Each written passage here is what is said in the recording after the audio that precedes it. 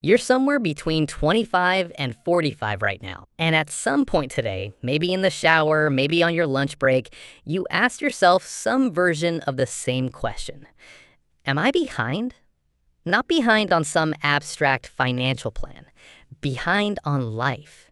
Behind on where you thought you'd be. Behind on what your parents told you was normal by now. Here's the brutal truth. The number most people compare themselves to is fake. And the real number, it's not better. It just tells a completely different story. One the financial headlines don't want to tell you. My name is Psycho. Before I start, subscribe to the channel and click the bell button for new informative videos. Let's look at the actual math. Let's start with what you've probably already seen. According to the Federal Reserve's most recent survey of consumer finances, the average net worth of Americans aged 35 to 44 is roughly $549,000. Read that, $549,000. If you're 35 and nowhere near that number, you probably felt something just now. Maybe embarrassment. Maybe quiet panic. Maybe you started doing math in your head to figure out if your car counts as an asset. Here's the thing. That number is statistically true and practically useless because that's the average, and the average is being destroyed by a tiny group of people at the top. The median net worth for 35 to 44-year-olds is $135,600. That's it. Not $549,000, $135,600. The gap between those two numbers, $413,000, is not a rounding error. That's the entire wealth of 3 average American households just quietly inflating one statistic. When you see headlines screaming that the average 35-year-old is worth $500,000, what they're actually showing you is a math trick. You're averaging Bezos into your neighborhood and then wondering why you don't feel rich. The median is the person standing in the exact middle of the line. That's your actual neighbor. That's statistically you. And that person has $135,600, most of which, as you're about to find out, they cannot touch. Here's what nobody explains when they throw these numbers around. That $135,600?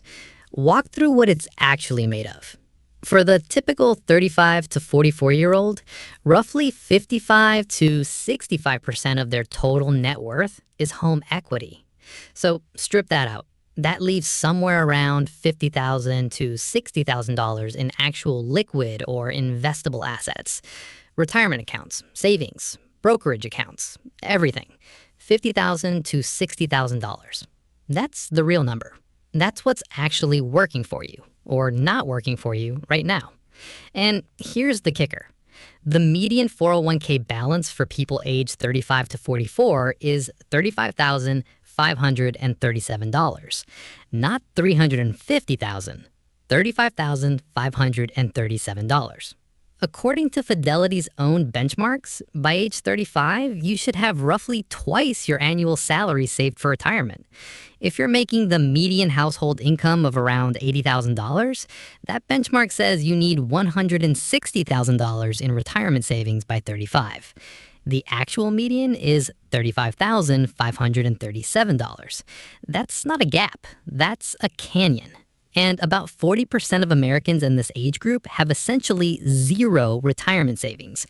Not a little, zero. If that number applies to you, this isn't the moment to feel shame. It's the moment to stop pretending the situation isn't what it is. Net worth isn't just what you have. It's what you have minus what you owe. So let's talk about what people in their 30s actually owe. The average debt load for someone aged 35 to 44 in 2026 is approximately $134,000. Here's how that breaks down. Mortgage debt is the biggest piece, and it should be because at least the house is an asset. But layered on top of that, the average car loan balance for this age group is around $24,000, at interest rates now averaging over 7%. Average credit card debt, $2,700, at interest rates averaging 21.5%. That credit card is compounding faster than most people's retirement accounts are growing. Read that again. Your debt is probably growing faster than your wealth. And about 43% of people in their mid-30s, they're still student loan debt, averaging around $40,000. So add it up. You've got $135,600 in net worth on paper. You've got debt that's actively compounding against you. You've got retirement savings a fraction of where the benchmarks say they should be. And most of your net worth is locked inside walls you're still paying for. That's not a financial plan. That's financial quicksand. The harder you work, the more it feels like you're staying in exactly the same place. Here's the part that should make you genuinely angry. The financial benchmarks used to measure whether you're on track were written for a completely different game. If you're 35 right now, you graduated into one of the worst job markets in modern history. 2008 to 2012. Entry-level salaries were suppressed for years. Student loan debt had already ballooned. And by the time your income started recovering, 2015, 2016, 2017, housing prices had already started their climb. Then 2020 happened. The market crashed, recovered, and then exploded. Home prices in major metros doubled in 3 years. If you didn't own before 2020, you got priced out of the exact asset that built your parents' wealth. The people who built wealth in the last 15 years largely did it by being in the right place at the right time, owning assets during the greatest asset inflation in a generation. You didn't miss the boat through laziness. The boat left while you were still paying off the entrance fee to get to the dock. That's not an excuse to stop, but it's the context the headline writers leave out every single time.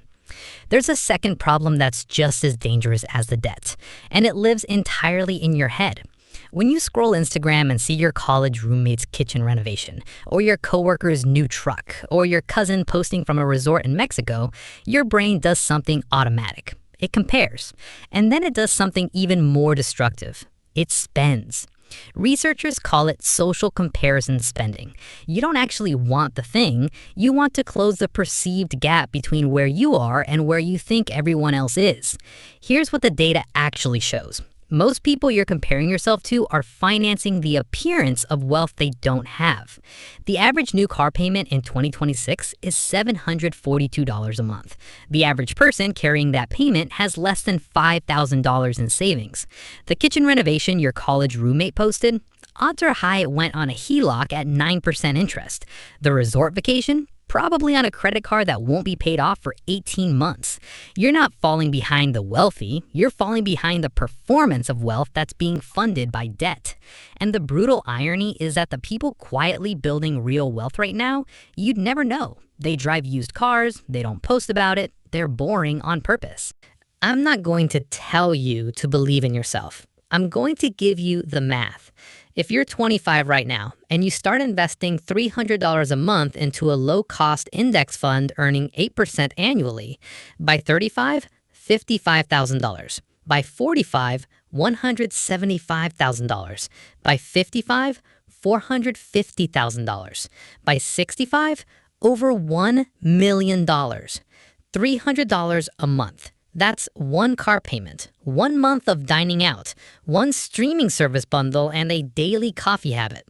If you're 35 and starting from close to zero, which roughly 40% of people are, here's the honest math. $500 a month starting today at 8% gives you $91,000 by age 45, $275,000 by age 55, $745,000 by age 65. That is not retire to Tuscany money, but it is the difference between dignity in retirement and catastrophe. And here's the number that actually matters more than any of this: the contribution rate. A 1% increase in your 401k contribution, just 1%, on an $80,000 salary is $800 a year. Over 30 years at 8% returns, that single percentage point is worth approximately $98,000. 1%. One conversation with HR on a Tuesday afternoon, $98,000. The math is not complicated. The behavior is. 3 moves. That's all this is. Move 1. Find out your current 401k contribution today. If it's under 10%, raise it by at least 2% this week. Move 2. Open a Roth IRA if you don't have one. Fidelity, Vanguard, Schwab, free to open, takes 10 minutes. Max contribution in 2026 is $7,000. Move 3, stop optimizing pennies and start optimizing your three biggest expenses: housing, transportation, and food. These three categories alone represent over 60% of most people's budgets. Shave 10% from any one of them and redirect it. That's the whole strategy. So, where do you actually stand? If you've got more than $135,600 in net worth at 35, you're ahead of the median American. If you've got more than $400,000, you're in the top 25%. If you've got less than $30,000, you're in the bottom quarter and you're in very large company. But here's the only number that actually matters. Not the number you have today, the number you'll have in 20 years based on the decision you make this week. The average 35-year-old isn't broke because they're stupid. They're stretched because the system got more expensive faster than wages kept up. But the system doesn't care about that. Compound interest doesn't negotiate. It just rewards whoever shows up consistently regardless of when they started. You can be angry about how the game was set up. You probably should be. But anger without action just makes you poorer. The math is on your side if you start.